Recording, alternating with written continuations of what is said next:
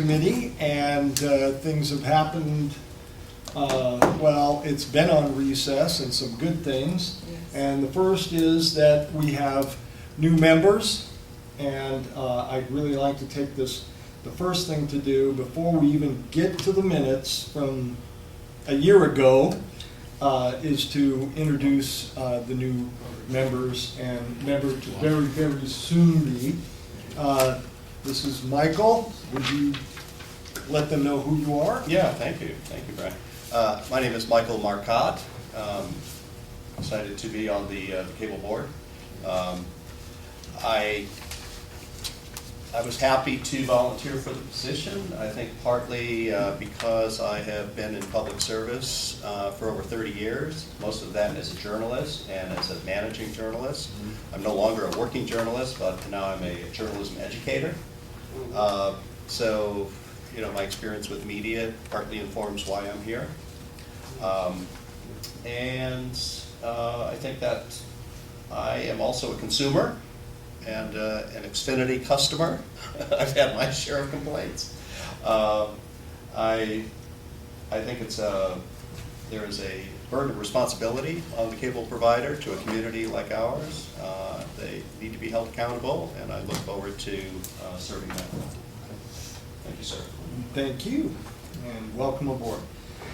And Nancy, would you like to tell everybody about yourself? Sure, I'm Nancy Montano. I'm a longtime community activist, like Jane said, but more importantly in terms of my work and also the work I've done, and why I really wanted to be on this board, because, you know, I've been asked before to sit on other boards and commissions, and I said, no, I don't want to.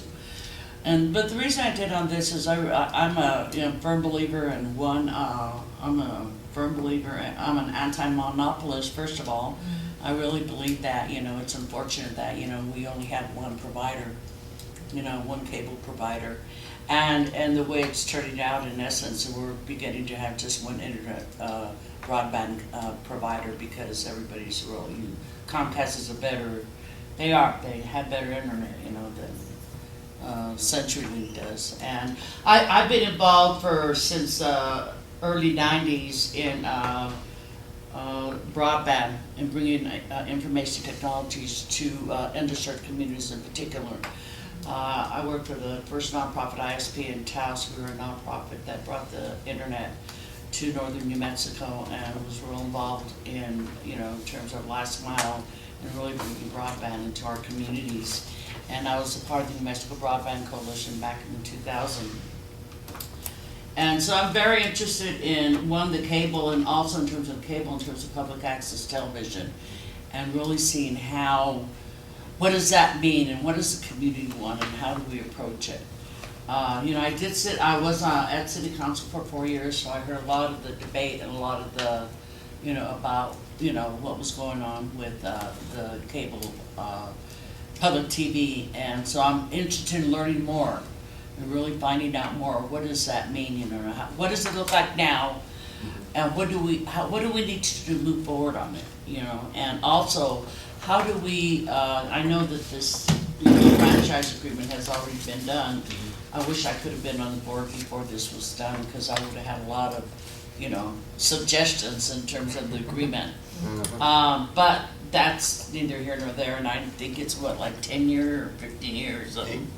It's 10. 10 years, so Well, I definitely won't be here 10 years from Didn't now, we do but a 5? maybe. Was it 10 or 5? No, it's not 5. We wanted 5. How come it didn't go 5?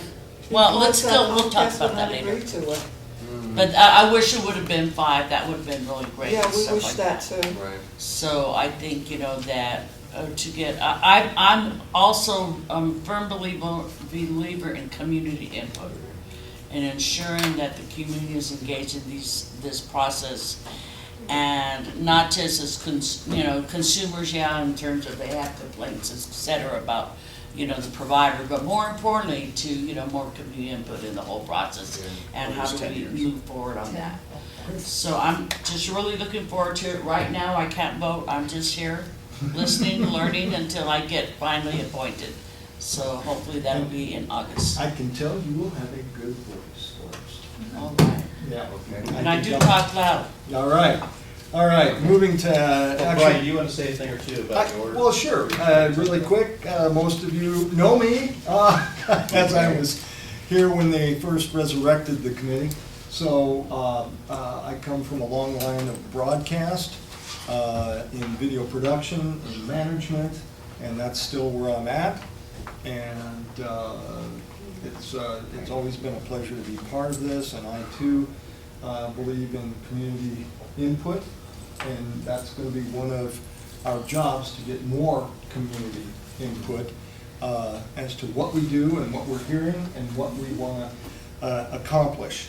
And so it is really exciting to now have a larger board that we can begin making things happen. And so, thank you very much for being part of this and wanting to be a part of this. So I'm going to take up action item 1, as I was the only one here. As I looked through the minutes from our very last meeting, I found I didn't look for spelling errors or any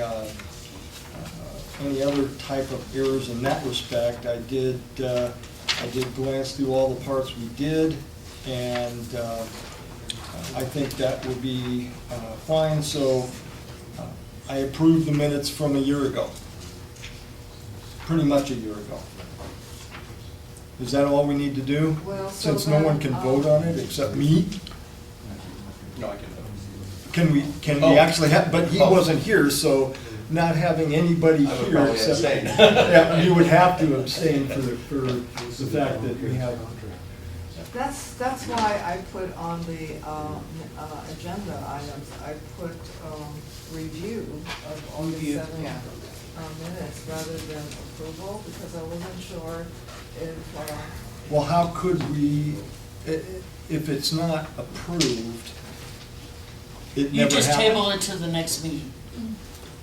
Well, it would have to be that we would have to go over every item and almost replay what actually was spoken about, so that they could take a voice in whether or not we approve what happened, or it's not really that, it's just a document of what happened. so you could make a note of that. Okay. And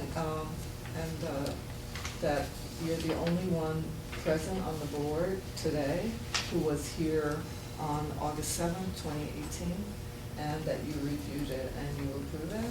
Okay. And so, Yes. that's a recommendation, I'm not a part of the board. Well, and, And so you all can decide whether you want to do it that way or not. But just it common is- sense would tell me that would make sense. It is a good idea to have a record of what happened at this meeting, even Right. though, we don't have a quorum that is knowledgeable that was Okay. here. But I think that you should look at it and say if this is consistent with what you remember happening at this meeting. Okay, well, let me say this. If anybody in the audience out there has anything to say about that last meeting that was here, or would like me to expand on anything, and I'll do the best I can to remember, that I'd be glad to mention it and talk about it. As we've, These minutes are over there on the table if you want to Can- look at them. Can I just say something, because I looked at the minutes, I was interested in a couple of the items, and just wanted some more information about them. Sure. One was in terms of that net neutrality workshop and who's gonna be doing that and how, It's, what's our participation in it, that's the first one. And the second one is item number 5, it said it would be tabled to the next cable board meeting. right, And then I'm interested in what was that about? And we don't have to discuss it, but if we can put it on the agendas for the next one in August, I For would sure, appreciate it. for So sure. we have more information, and then if you can get information to us, to those of us who Right. weren't at this meeting, so we are more familiar with it, so that's all I'm asking. those are good questions. Okay, so Brian, I think those are questions, and if you want me to pitch in what I remember, then I can do that, but you should. Well, I think You should go first. Okay, well, first, item 5 that we tabled. What this dealt with primarily was that the public have some form of testing the speed that Comcast is giving them. When they purchase a package of internet from Comcast, it would be really great for them to test to see that they're actually getting that speed that they have been paying for. Whether it's 28 megabytes download or, you know, whatever it is, upload, and that's what you're paying for, and now I want to see if I'm doing that. So we were discussing whether or not the city's website, and I thought we had already put it on that, the different speed testing software or websites to do that. I don't think that it's been put up yet because I was getting a little bit of resistance from the Department of Technology and Innovation, and it had to do with somehow ratifying the reliability of the vendor, and these vendors or whatever outlets for speed testing.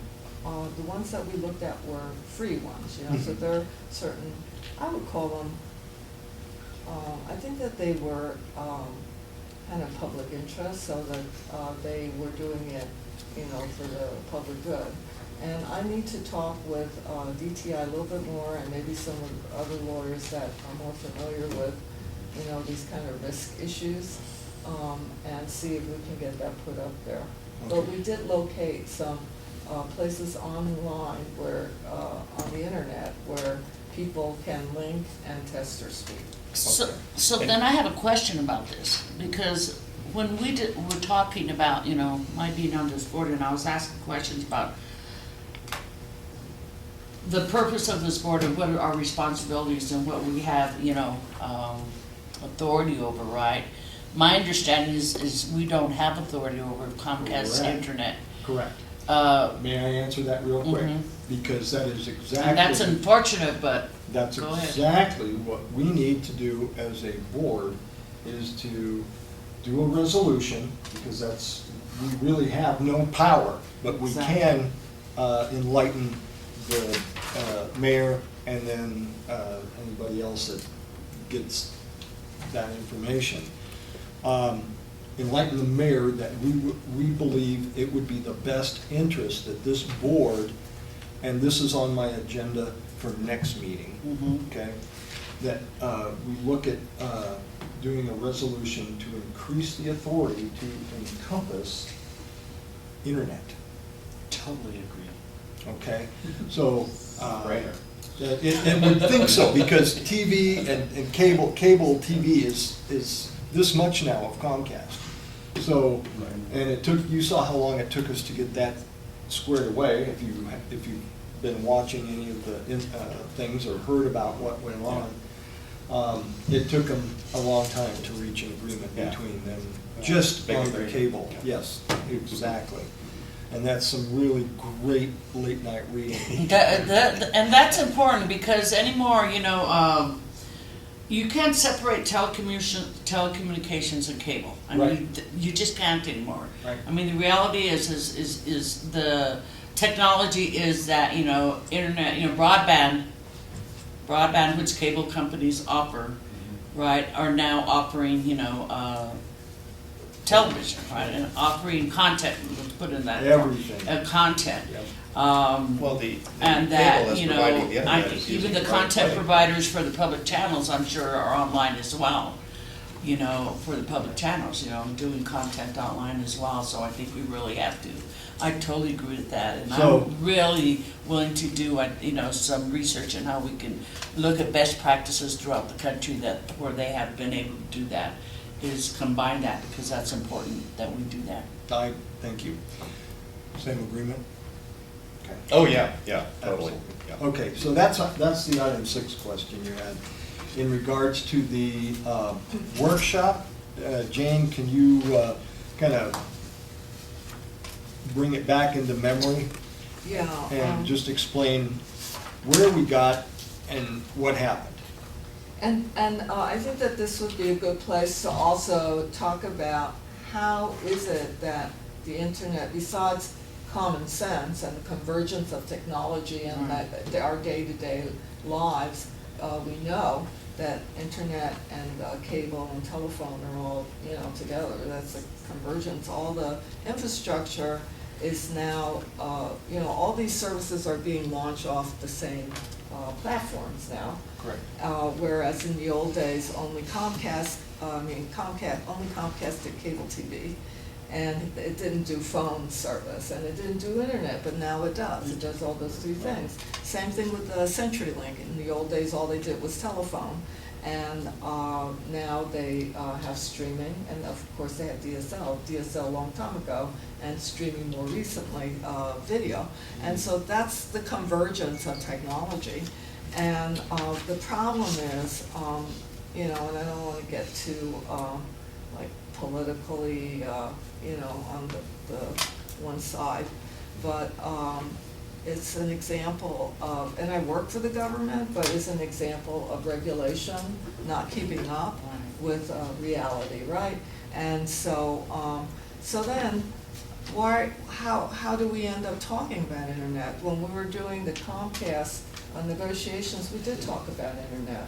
We talked about, for example, the institutional network, or INET. That is the network that serves the city buildings. And that the INET is a very important component of the network services in a city, especially a city this size, because it can bridge, it can provide bridges for services to, for example, underserved areas or to public areas. This is the idea. I hate to say this in a public thing, but it's the idea of municipal broadband. Not that we're doing that, we're not doing that, but that's at the far end of the spectrum.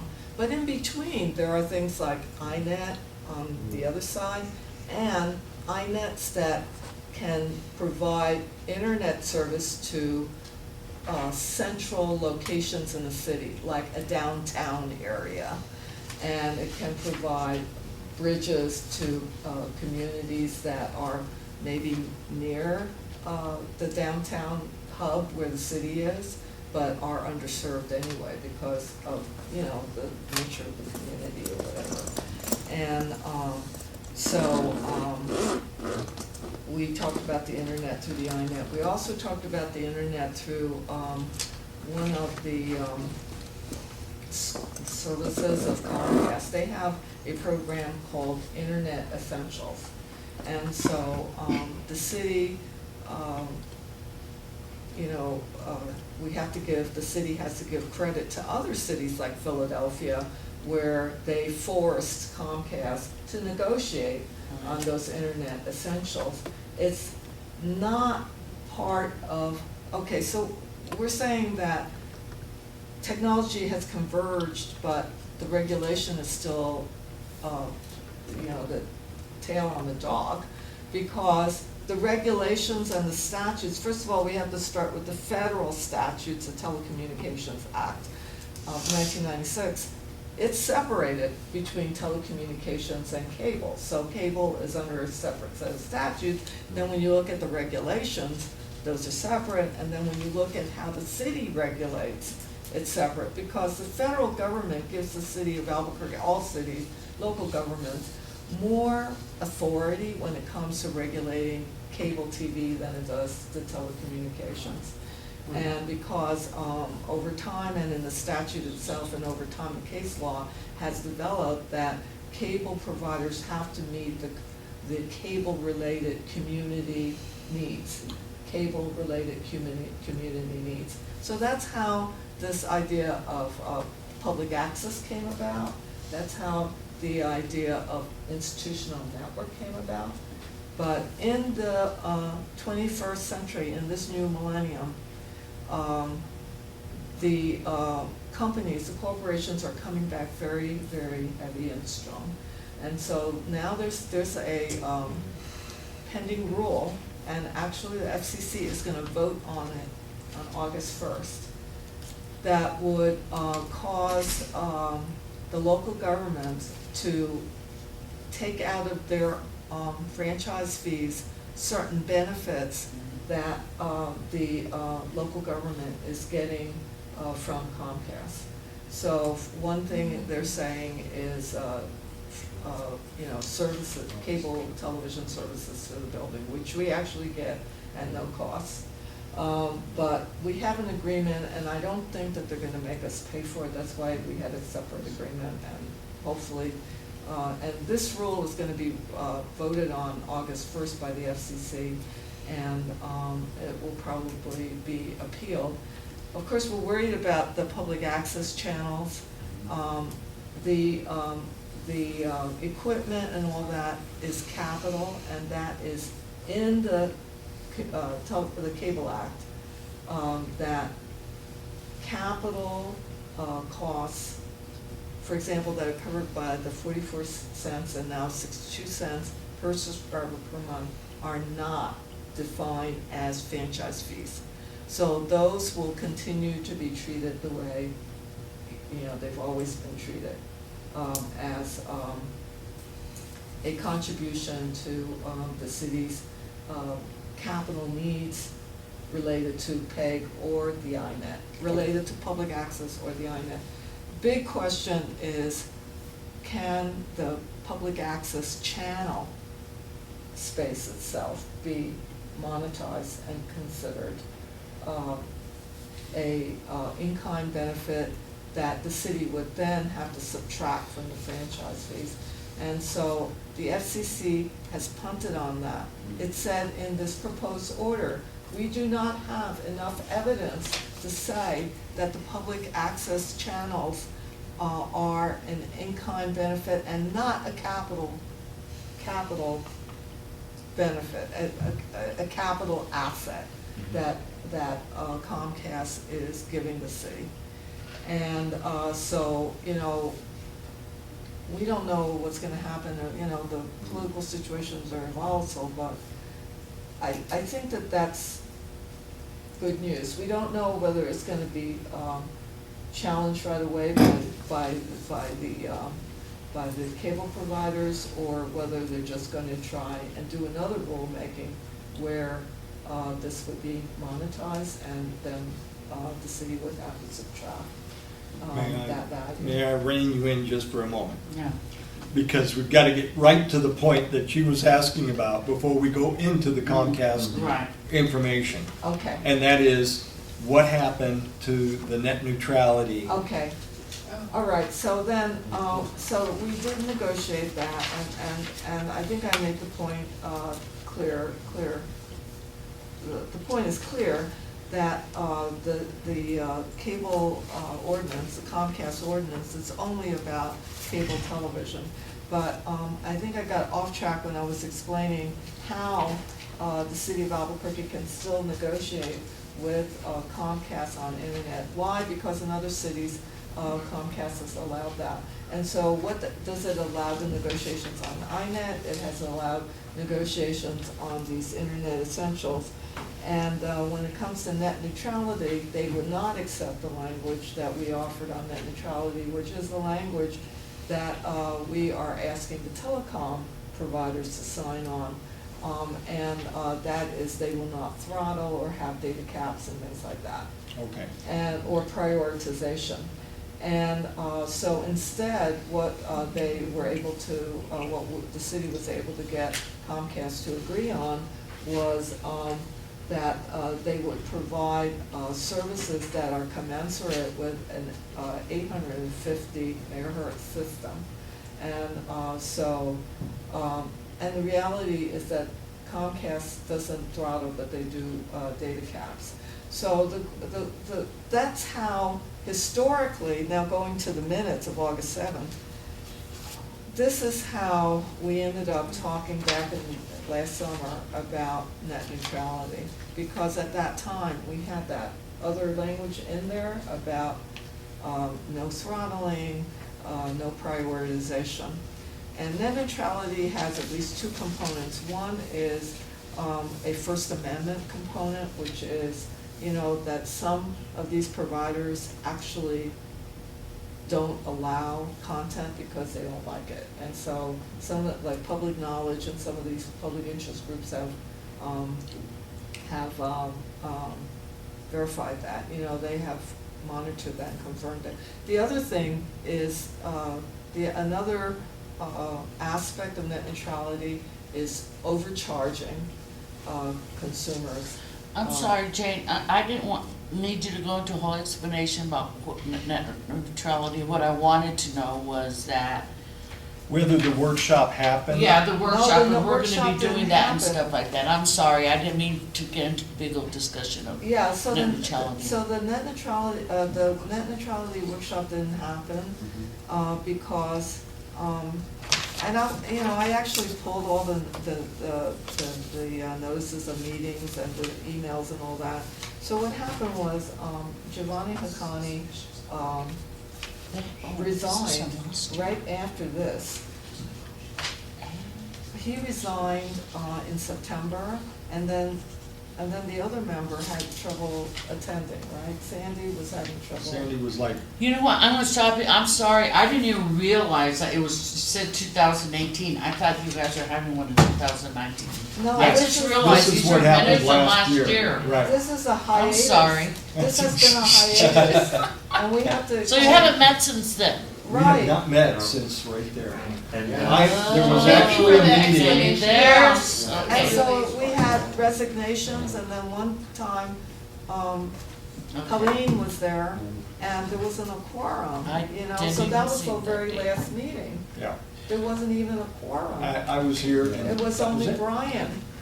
I'm sorry, that's my fault, I just No, that's didn't look at the okay. date.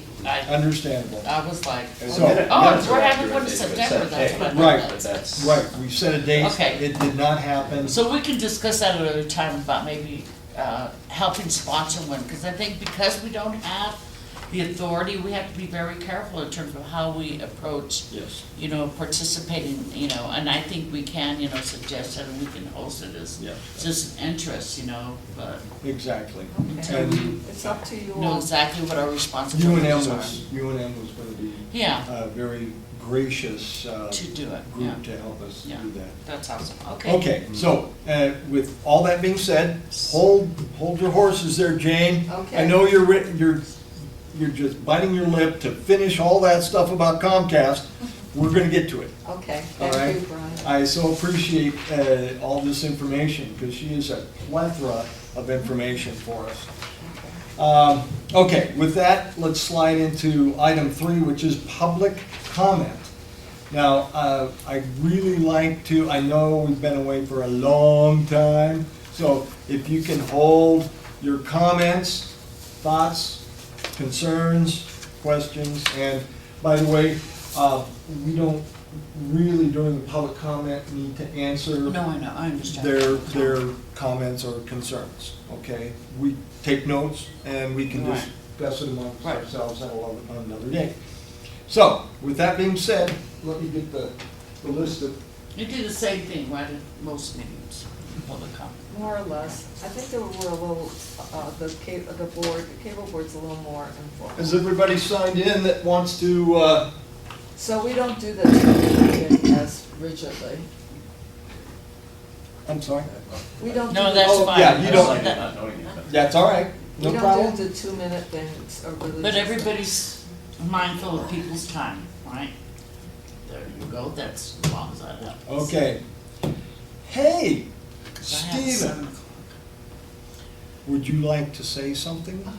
I was deferring because it's been so long, just kind of hear y'all's comments on everything, and then Okay. maybe at the end say something, because we're feeling with what we did. Just Yeah, we're still, it's, get back into order and we'll move forward.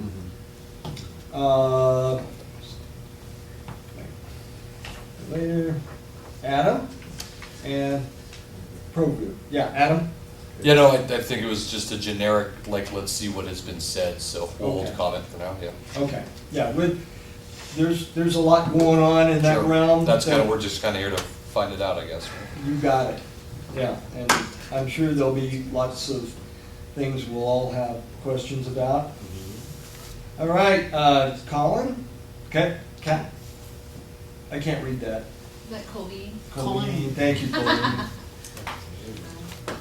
Well, thanks for.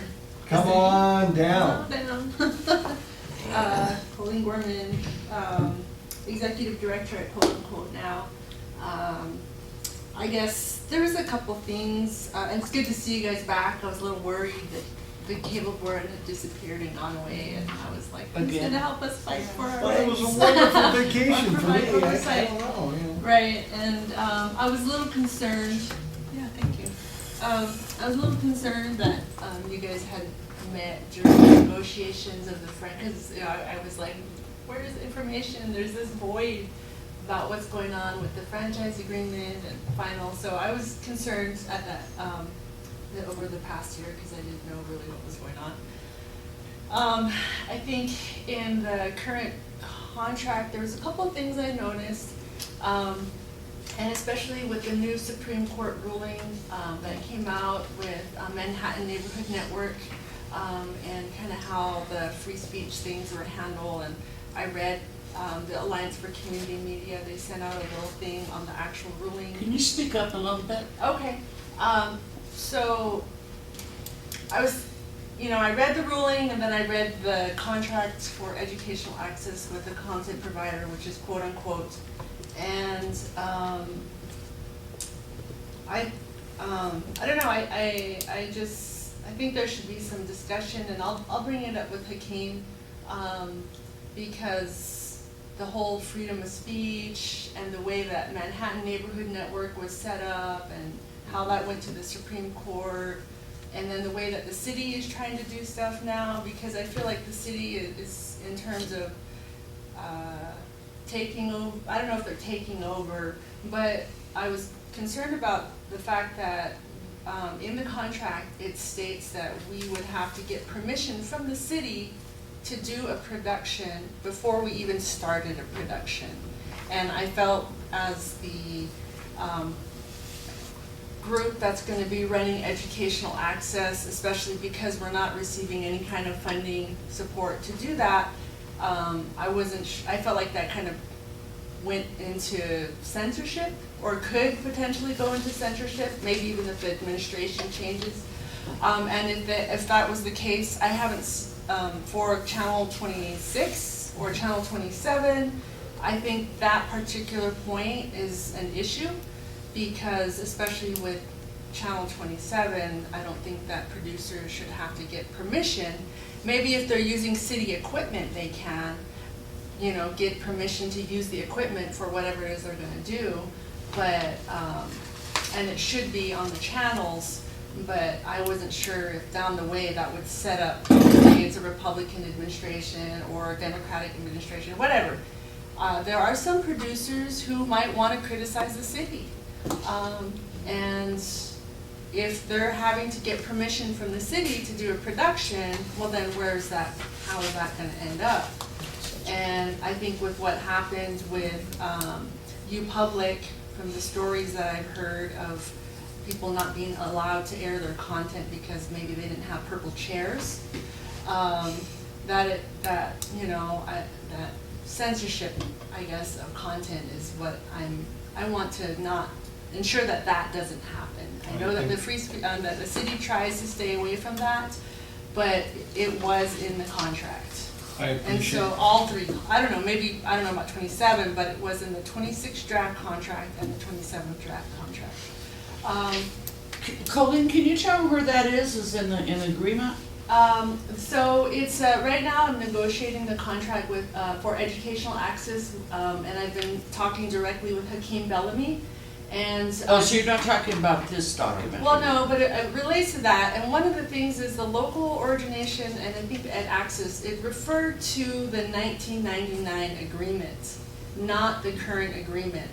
So I was wondering I thought the franchise agreement, the new one, was approved. Why is our current contract referencing the 1999 agreement? So I think that's a good point. So that's something that the Okay. board can, make sure that, we're ensuring that it's cultural affairs now who's in charge of that. Yes, So it's yes. Hucking.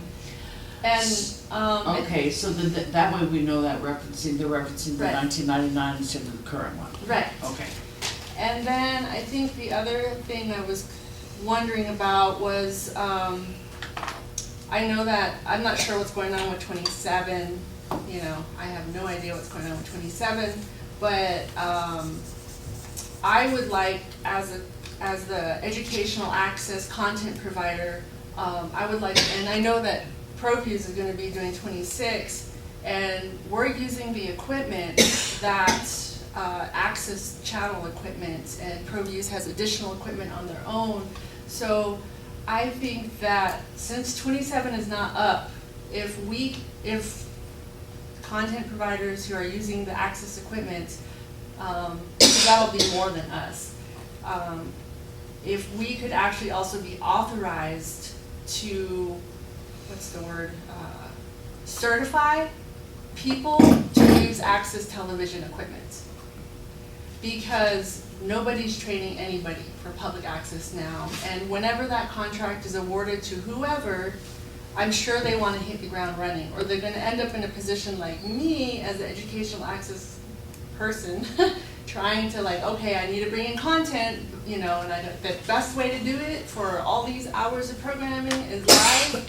And if you guys want to have producers coming in to produce public access and exercising their freedom of speech and doing all this great stuff, well then, there should at least be a way for people to access the training so that once that contract is awarded, they can hit the ground running. And so if we are authorized certifiers of producers, is what I'm saying. I noticed in the contract with the city of Albuquerque that the city was asking for all rights to everything that we do, which is programming, production, and in my mind, that's also training curriculum, that's producer emails, that's that broad statement about we have rights to everything that you do. I kind of feel like, I don't know about that, because quote unquote spent 30 years developing training curriculum. I'm a certified teacher for social studies in New Mexico. I know that where the money is curriculum development. So the city saying that it has complete rights to all the work that we do as a content provider in anything that we do under this contract, I'm wondering if that's something, I don't know if that's something you would do, or if that's something I have to talk with the city directly, but it is a concern, and it's kind of left me in a gray area. I feel like I'm in this space, I don't know who to ask or what to talk to. Let me say this real quick, and that is that this board does not know yet. We probably should have left public comment to Okay. the end of the meeting. Okay. Because we have not been briefed Okay. on Oh, any okay. of this. Okay. Right. So we'll have to address your issues Okay. down the road. Okay. And do you have more to bring up? Well, I was just gonna say, with the Manhattan Neighborhood Network, my understanding, and I'm not a lawyer, I might be totally wrong, but my understanding is that if the city is working with a public access provider to develop policies, because Manhattan Neighborhood Network developed their own policies separately from the city, they were able to kind of protect and say we could take this content down because they're inciting violence against the content provider. But if, and then there wasn't that censorship issue, but if the city is asking us in these contracts to help develop policies, then it kind of changes the situation, because then if I as a content provider says I'm pulling your content or I'm not airing your content because you're inciting violence against my staff, well then the city is going to be in this space where it's going to be like, all right, well the Supreme Court said that Manhattan Neighborhood Network is not it's like a weird thing, because you guys are we're gonna be helping you to develop policies or not. So it's just, I think the city is kind of, I know we're trying to figure out what to do, but I feel like the city is sticking out its neck in a few places in the contracts. And it's based on maybe the new franchise agreement or the old franchise agreement. So I think there's some clarification that needs to happen, some updates. Maybe the legal department could take a look at the contracts again. Because I know it's a big hairy mess, but those are just things that have come to my mind that as I've been reading through, and I don't really know how to state it. Yeah, and just, I think there's a few points you brought up, and I was asking you references, I just read through the PEG thing, and it doesn't really talk about this kind of stuff in here. Okay. It really So doesn't. maybe it's more of a city. There's not a lot of what you've been discussing in here, There's a whole- necessarily. Yeah, there, Because, I just briefly scanned it. Okay. But I'm very interested in terms of how how this relates to how the city is developing its contracts. So I think that's a question we should have with city staff, is how are they utilizing this franchise agreement and helping to develop their contracts. And then the other thing I think, which is important, and I don't know about that Supreme Court ruling, but I'm gonna look it up because you brought it. I research everything. And I think what's important is to see, it may not be under our purview necessarily, right? But I think what we can provide for the city on this kind of thing is where we help, bring the public and the city together so there's real discussions and help create a public avenue for content providers, and then also for the city staff and stuff, so everybody's on the same page. And everybody's, so that would be my suggestion. And then I think, like you were saying, is that we need to just get briefed on it, and so these can be some of the questions we'll raise to city staff about this. Okay. All right, thanks. And with that, thank you very much, Colleen. Yeah, thanks. You- Good you- information. You're briefing us before we've been briefed. Yeah. So, I know this much about what's going on just from conversations with Jane, but nothing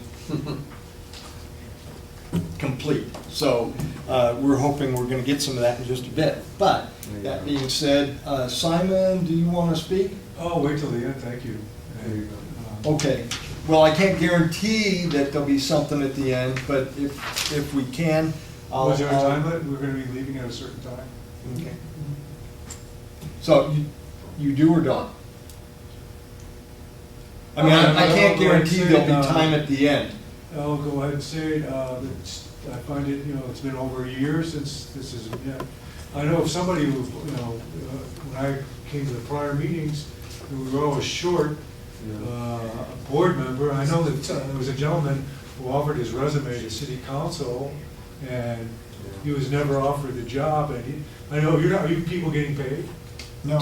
Well, he knew we're all that volunteers. too, and he was gonna volunteer, and he was willing to attend the meetings, and people were appointed that didn't show up. I find that, to be a slap at myself. I don't know about the rest of you, and, I can't speak for the city council. yeah, and I know if you're not getting paid, how much effort is one gonna really put into it? I don't, you have your lives. And this is taken out of your. My apology, personally, I can't help you, or So- been any part of that. I find it, very disturbing. And, because this board meets by magic, here, there, or doesn't meet, because I've come and it hasn't, there was no meeting. And so that's, is this board serious? Well, we're gonna be- Well, can I this- say something? I think that's really unfair. I think, first of all, we are volunteers, and I put in mind a while back too, so I don't know how the city operates, and I was there as a city council, I do. But it's two offices that do this, right? So it's more than one office that appoints boards and commissions, just that much I do know. And there's a whole process that you have to go through in order to be, appointed. You want to volunteer, first of all. So I think it's really unfair for you to say that, because first of all, asking, well, you guys getting paid? Well, no, of course not. I'm taking time out, and this really interests me. And the reason it interests me, because of the comments you made when I used to work at city council, because of the comments people were making. So I was very interested, once I retired, you know, to get on this board. I have been asked to sit on other boards and commissions by both the county and the city, because I'm known as a crazy community volunteer, you know, so, but this is a board I want to, so I think that's very unfair. This is the first time, I won't be appointed officially till August, but I decided to come today, because I knew it was important for me to come to learn what was going on, and so I could introduce myself and get to know the faces. So I think I really appreciate, you know, you coming, but I think it's important also to be, you know, to have some, have things, you know, Colleen, I really appreciate you. I mean, I just learned so much from you tonight. I was like, I have a lot of research to do, a lot of homework to do, you know, and so I think that's the thing, is help us. Well, And that sounds hilarious, to help us help you. I don't want to be like Jerry Maguire, but I mean, help us, you know, and help us and give us some ideas of what you're looking for as well, you know, not to I'm say sure we that haven't the met, other- but we guys haven't met, but more importantly, what solutions and what concerns you have so we can look into them. I think all of us here are trying to make that effort, you know. I think Jane has been working real hard on trying to get this board situated again. And I think I don't even know how often we meet, see, I don't even know that. That's on the agenda. And so we're gonna discuss that, so maybe we need to meet more than other boards and well, I'm commissions. sure if you asked the former members that question, they would have answered the same way also. Something came up, you know, I understand, you know, people have lives. And, you know, this is a big thing. I've gone to other meetings like these, and I've actually I kept a meeting many years ago, a long, long time, because I had very many concerns about what was going on. I was actually asked by people to come back. I said, I don't think so. But I'm glad that about your comment, and I look forward to seeing a schedule and that we can count on, and attendance that we can count on, where the people that have been showing up all the time can feel like they're actually being listened to and not ignored, Right. and not shoved off to the side. So you gotta look at my position here. I've been coming as a private citizen, and I went to council, and I told them at council, I don't wanna come to this meeting, you know, waste your time, and especially waste my time either. So Well- that's what I'm voicing here. And, Thank you. and I Thank will reiterate, same thing Nancy said. We need your input, whether you're sitting behind the desk or in front of the desk. We need your input, Simon. Please continue to come, and we'll do the best we can. And I'm excited because I have two people on either side of me that want to be here, okay? So I'm very excited about this, and so thank you, Simon. And I've always appreciated you being here and commenting on just everything that is going on around us. And when we know more, we'll pass it along too. Thank you. Okay. So, with that, that's the only people that I have down here other than Adam and Steve. Again, do you want to address, we haven't been briefed on the public access thing yet? Well, I guess you guys have, excuse me for interrupting, I'm sorry, but if you have comments about public access channels, I see that here on the agenda item. I think a lot of us are probably interested in that and how that pertains to probably the new Comcast agreement. I know maybe you could speak to that, Jane, but I think that's maybe why we're holding a little bit of comment to see kind of where any of that information is. So let's move to item 4. Well, okay, so again, we'll see if there's something everybody can get into, sink their teeth into, after Jane enlightens us. If you would be so kind, we're gonna move into 4. You've gone through some of the cable franchise issues that we've heard about, I've listened to, and so, if you would be so kind as to kind of sum up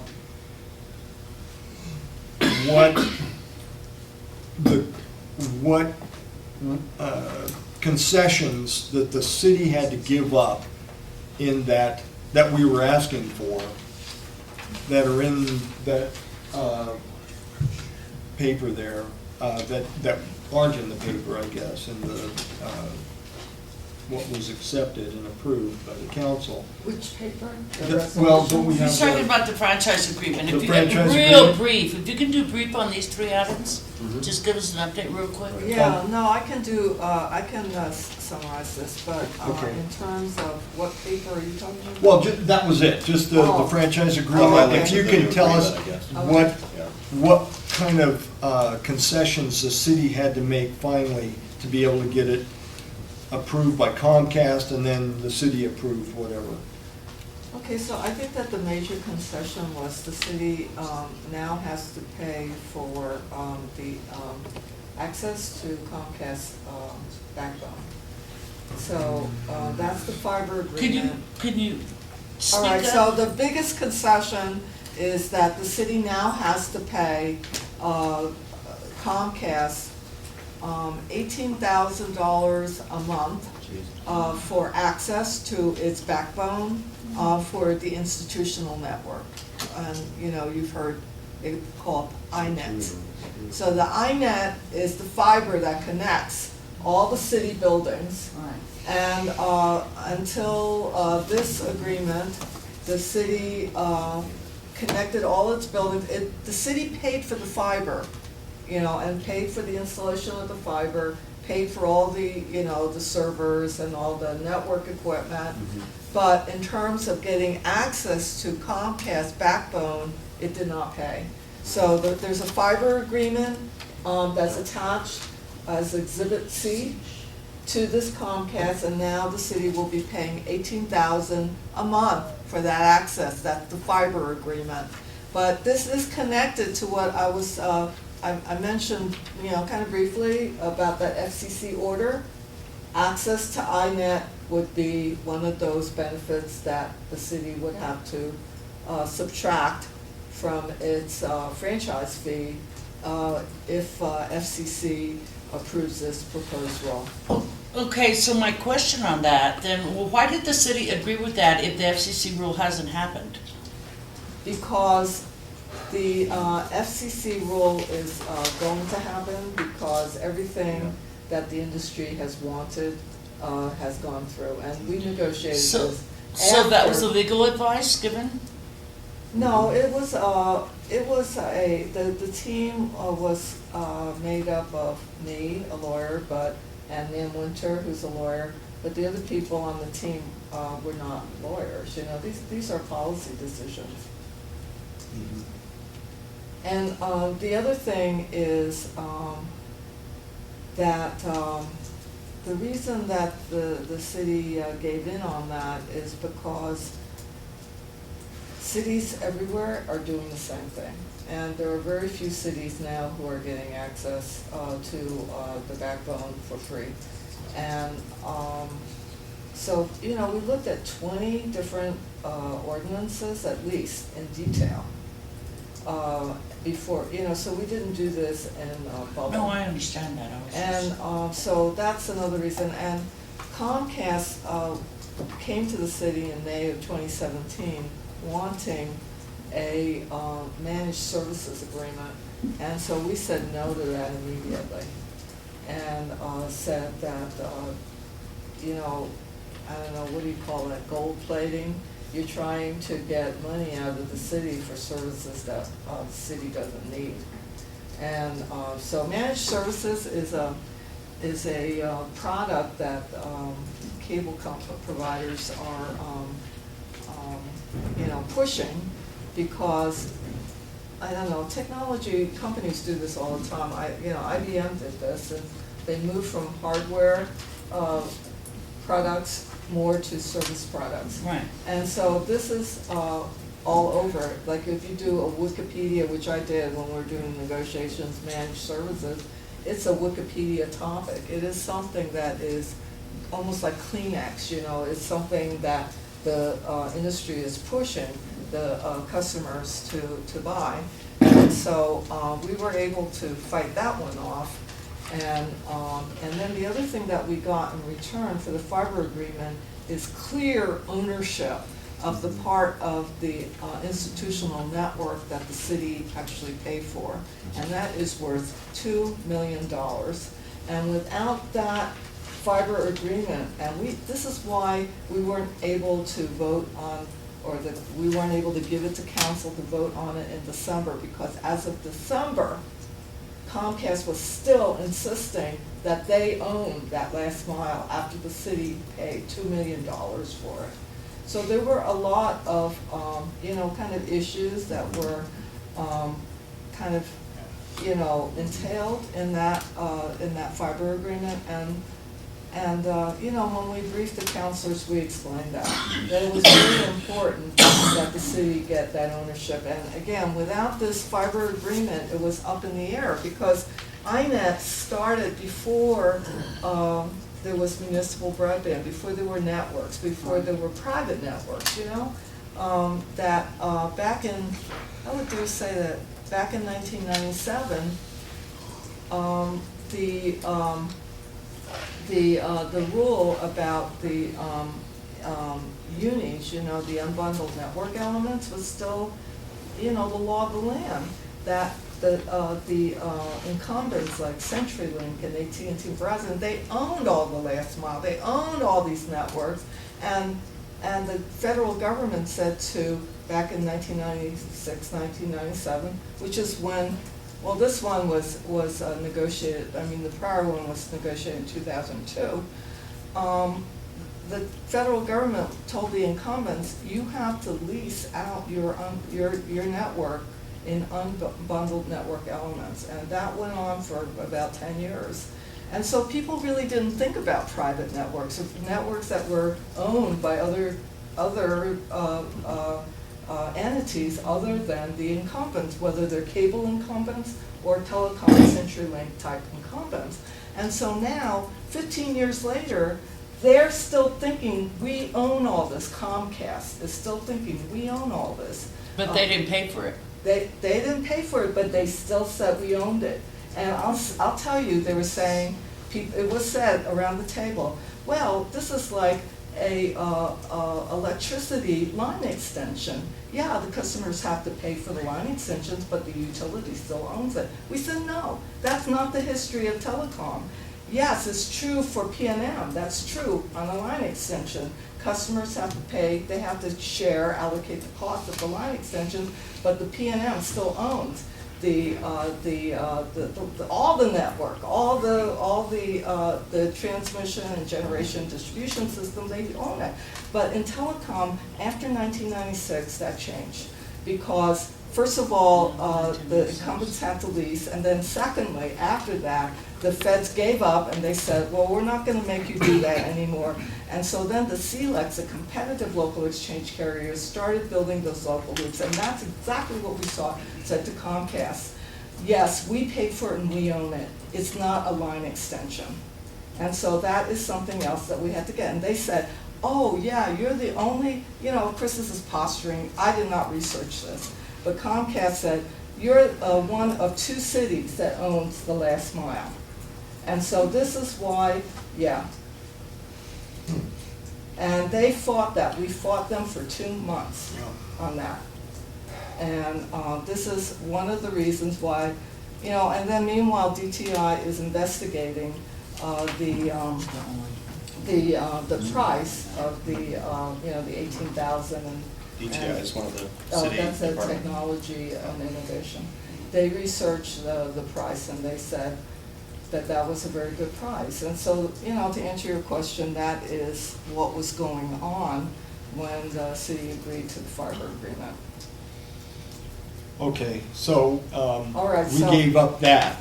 Yeah, we gave up that. Okay, how did the consumer rights go? The consumer rights went very well, and so this is Exhibit B, Cable Exhibit B, and this is something that probably the cable board will, you all will want to look at. Because this is part of the mission. This is part of the mission of the board. Yeah. What page is that? This is Exhibit B. I would say that, I don't know, I think that we fought Comcast on everything, this, you know, like, I really, I would say that since, I don't wanna be talking forever, and, you know, it's so complicated, and it's very hard to summarize things, I would say that the city got everything that it wanted in this consumer bill of rights. Okay, so the key here is that the city lost its ability to regulate basic tier rates in 2011. And so this came up on this Right. thing. Like, what do we do? This advocate from another city was writing on a listserv, what do we do? And so one of the Comcast did not meet the consumer's reasonable expectations, and they said no way to that. And so that's in the common law. So how do you deal with adhesion contracts, those boilerplate contracts that we live in with in the 21st century? Big corporations and millions of customers, they just throw out these contracts with tiny print. How do you deal with that? So the scholars have come up with this idea, and it's, you know, and the courts have come up with the idea of unconscionability, and the scholars have come up with this idea of the meeting the reasonable expectations. So we didn't get meet reasonable expectations, but we got all the building blocks that we need in order to build the case that they are not meeting reasonable expectations. And what are those? They have to post their rates, their billing rates, and they have to give them to the city. The city's gonna post them on the website, on the city's website. So this happens in Seattle. And they have a very good consumer program. And secondly, the notice provisions are much heftier. I mean, there were no consumer service standards on the last ordinance at all. It said, see consumer service standards, but it was never enacted, so nobody ever did it, you know? So we didn't get that approved by the committee? No, this is approved, but I'm talking about the other one. Oh, right, okay, thank So you. all of this is brand new. Okay, And so the reasonable expectation of going from the posting, and then also every consumer protection law that we can think of, that we can put in here, is put in here. So why is that a reasonable expectation? Because, you know, it's up to the city, not just the board, it's up to the city government to get the word out. What are your rights? You know, what is it that you can expect? And so negative billing option is something that people should know about. You cannot be billed for a service that you didn't ask for. And actually Comcast did that and was sued about it, you know? yeah. And then the unconscionability that I told you about, that the courts have developed on these adhesion contracts, is actually in the New Mexico unfair trade practices that outlaws unconscionability. And so then we have to figure out, you know, what is unconscionability?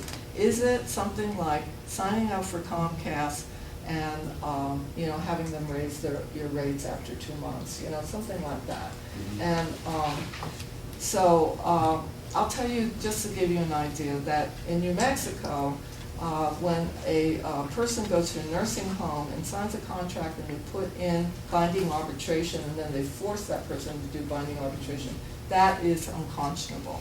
So, you know, I can't tell you what's going to be unconscionable, because it's like it could be anything. It is an infinite thing. But it goes to the, you know, the unlevel playing field. So there's the bait and switch is also a regulation that we put in there, because that fits the situation that a lot of people complain about. So the complaint process is similar to what was in place, except there's no a regulation of basic tier rates. And back in, you know, in 2002 there was, and so the complaint process or the board process involved also rate increases, but that doesn't apply now. So that's a consumer bill of rights. On the public access, the city had to give up. Can I ask a question about the Yes. Consumer Bill of Rights very quickly? So what is now the method of getting data on Comcast performance vis-a-vis the Bill of Rights? Okay, so, now, there's a form that they have to There's a fill form out. at the end there. Mhm. And so This is before on that. Comcast, too, Yeah, whatever this that is. form, and so we have to get these Page forms. 21 of Exhibit B. And, so before. Is that the- coming quarterly as part of their payment? Yes. Okay. And before this, they gave reports based on the federal government CFR, Code of Federal Regulations, that mostly pegged, mostly defined violations as systemic. So they would say, you can't leave a customer, and this is still the federal rule, you can't leave a customer on the pole for more than 30 seconds, more than 90% of the time. So they would give us these consumer complaint or consumer service standard report saying, yes, we didn't leave, or no, we didn't leave anyone, so that was like useless. And so this is why we have this kind of reporting now. And then we also have a hotline and different ways that people, customers can complain to the city. And so, we're gonna keep track of that. And are these coming to your office? These Yes, reports? yes, Okay. Would you bundle and present them to this board in some fashion? yes, Okay, for sure. okay. Okay, thank you. In fact, I think are you going to get into C? Well, I don't have that prepared today, so I'm gonna Okay. ask to defer that. So we can Oh. table that till the next. Summary of recent consumer Yes. complaints. That would be generated by them, Not, no, what I was gonna do on or that was. some other transom. Yeah, Okay. look at the complaints that we received to the website I see. and to the phone. I see, okay. We're All gonna right, table let's that. move to the public access and what's transpired and what's trying to transpire. Okay, so, what happened in the cable ordinance, Comcast ordinance, is that previously the city had 9 PEG, public access PEG channels. And now we have 4, because we were not using the 5. Right. But under the ordinance, if, the public access starts flourishing and, grows, and there are more producers that need channel space, we can reopen the negotiations with Comcast and ask for additional channels. During the During this actual term, approved during time. the 10-year term. Okay. And that was important to us, but that was important to the city. But we had to give up the 5, and so, we gave up 5, but we retained the 4, and actually, I'm kind of understating what we gave away, because we gave away 5 SD channels, but we retained the 4 SD, plus we got 3 HDs. So actually, we only lost 2 channels, but. So 3 of those 4 are HD. Right, but, No, we're 3 saying. on top of the 4. What? Did you say 3 on top of the 4, or? We have 4 SD and 3 HD. That's what I thought you said. Yeah. But are the 3 HD just rebroadcast of 3 of those SD? That's part of the update, and the current idea is that the city is gonna simulcast. So that's why, we have this 3 plus 4, but effectively, it's, content will be going on 4, right? Because the HD will be simulcast on both. Okay. If there's, the All 3 of them. HD will be simulcast on the SD. Why? Because a lot of customers of Comcast don't have HD compatible systems at their houses. So Boy, we I wanted- disagree with that. Yeah, I really do. Is that a fact? yes. Yeah, where did they, who Comcast. gave us that fact? Comcast. Yeah, I disagree with that Oh, fact. you don't know, you think, okay, Oh. let me check that. Yeah, I totally disagree with that Well, fact. you They're know- trying Buy an to HDTV dumb things at down. Walmart for like. Oh, yeah, What's that? I would say that SD is so far gone now that HD, it's all HD. In other words, people, how many here have My- SD TV still? My gut agrees with you. Yeah, I just. You know, that's a tough one, because I know with, I think the last one I had was an HD. And because I get my TVs, I get handed down by my kids. They get the new and shiny ones, and then I get their, you know, the hand-me-downs, and I If you think can my afford previous was an cable, SD. Right. Then you can afford HD. Yeah. Right. Well, and I just, with technology where it is And today, most do, but I I'm careful really about believe that. that to be a false Underserved statement. communities, I want to be careful about that. I'd want to see statistics. But the important thing here is we're Yeah. talking about 3 HD HD and- channels now Which is providing great. service. Yeah. Right, and Right. if it, and we will check this, and I'll ask somebody to check this.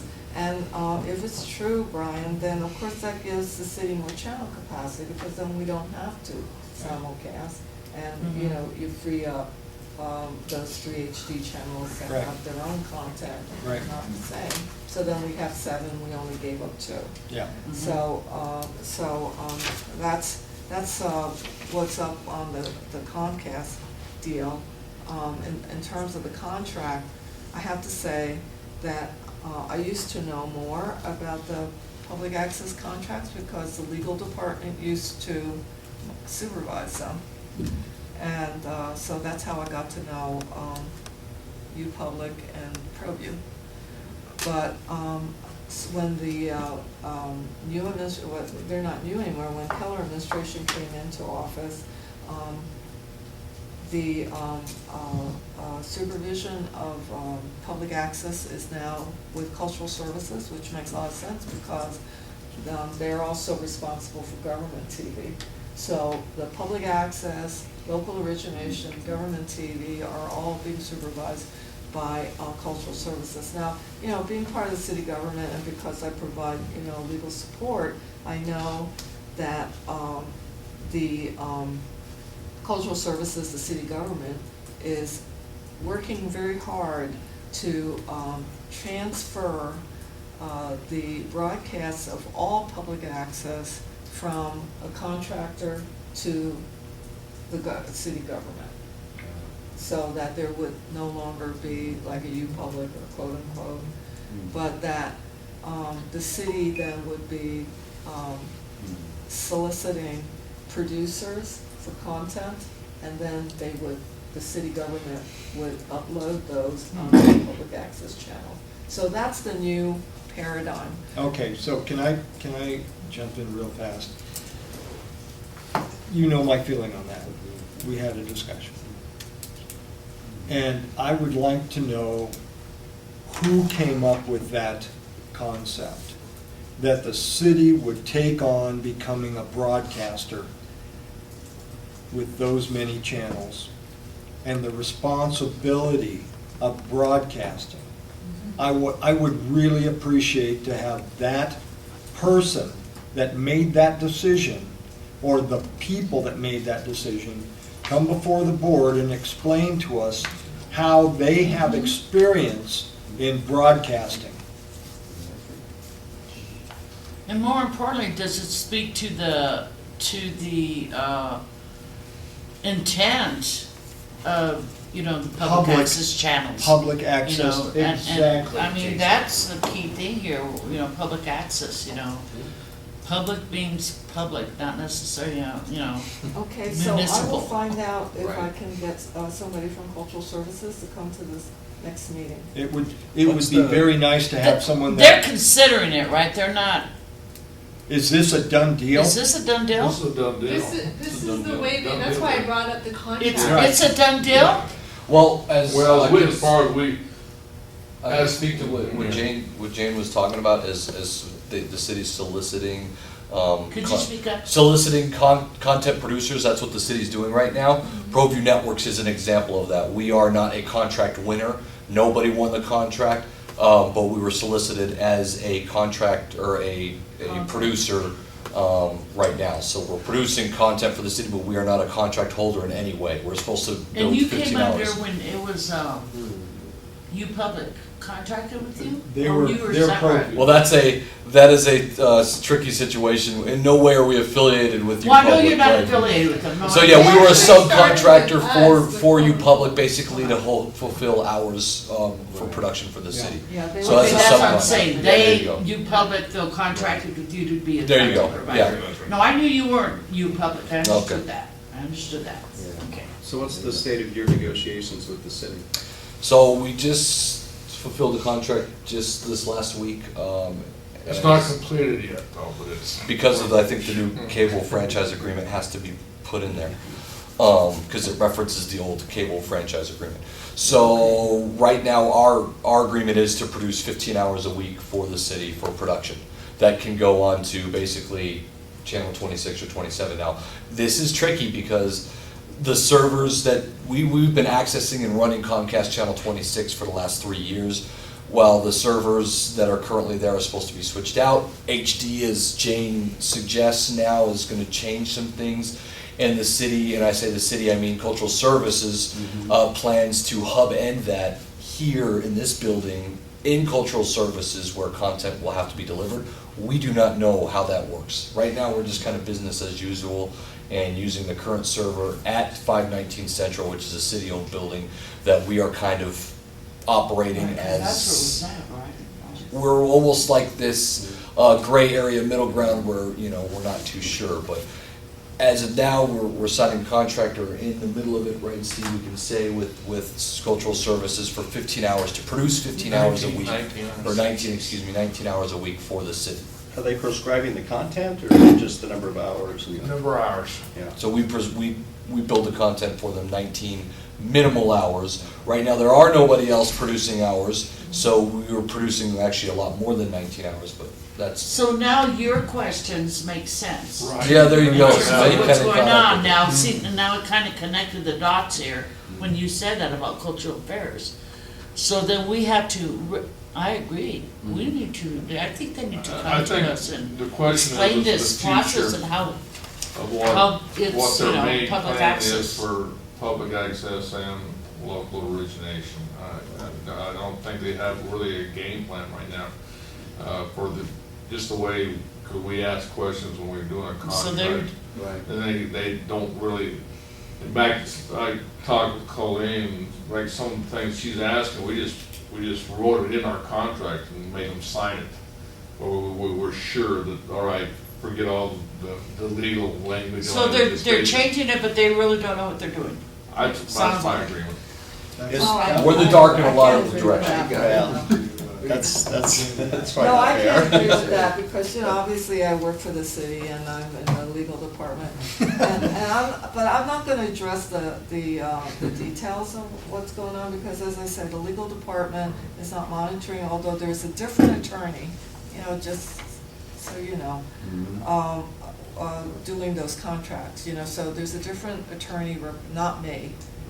So I did the second supplement Right. in 2017, right, or 2016, and so there's a different attorney. That's why, truly, I don't know, but And we're not asking you to, because you are in the legal department, I think, but we have a right as the board to find out if the city is meeting the spirit of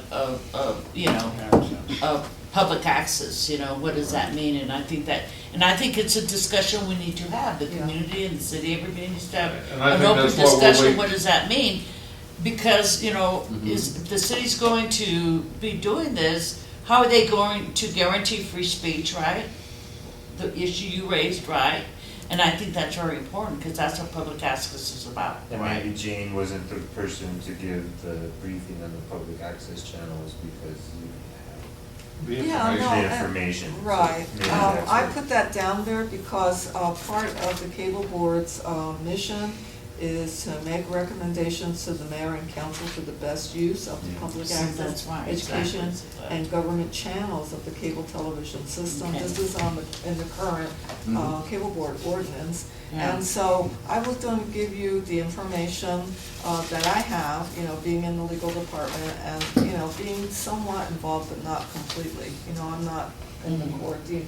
And so I have written down that the cable board would like at the next meeting for someone who is in the core team to come and explain what the plans are. And I think that's fair. Yeah.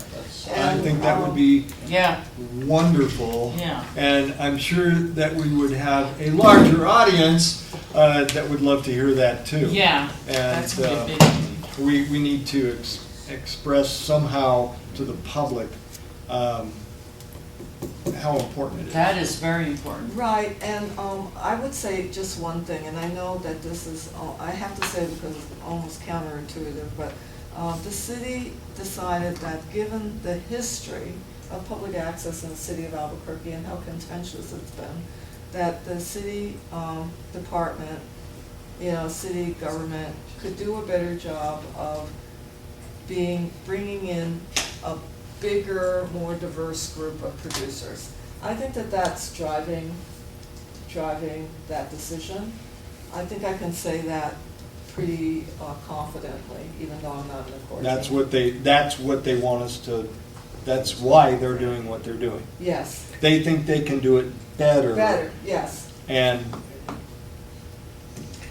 well, I have other opinions. Oh, okay. So, Yeah, And yeah. so I can do better than the city and other people. And I'm not boasting or anything. I'm just saying that you're right. It hasn't always been done correctly. Some things are, not the whole thing. It shouldn't be thrown out. I'm not saying that. But if they'd let things go and not screw up the whoever's came in and got the other contracts the way they were, I think that's what really started this whole thing in the beginning, and it's carried on for years and years and years. And and Simon knows, and we all know what's taken place over the years with the contract of this, and it wasn't done correctly. That's all I'm going to say. You don't need to comment on it. Yeah. That's a fact. And so the city does have a bad taste in its mouth. I totally understand that.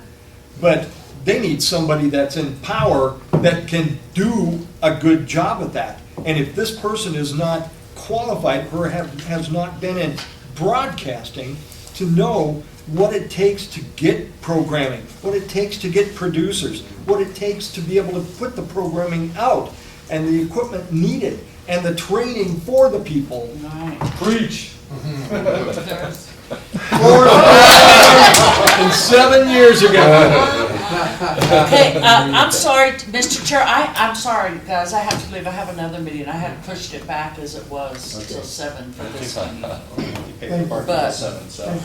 It's very nice to meet you. I have to, I told my be done here. Another meeting. So what Well, I do you think we do have the a next one meeting? day. So in the next meeting, I would really love to hear from someone that is making these decisions, whether it's the head of cultural affairs. When Nancy leaves, when is it? When do you want the next meeting for Nancy? 2 weeks. Okay, What about let me Because give you they're a quick. negotiating the contracts now. We with meet cultural monthly, affairs. right? Here, well,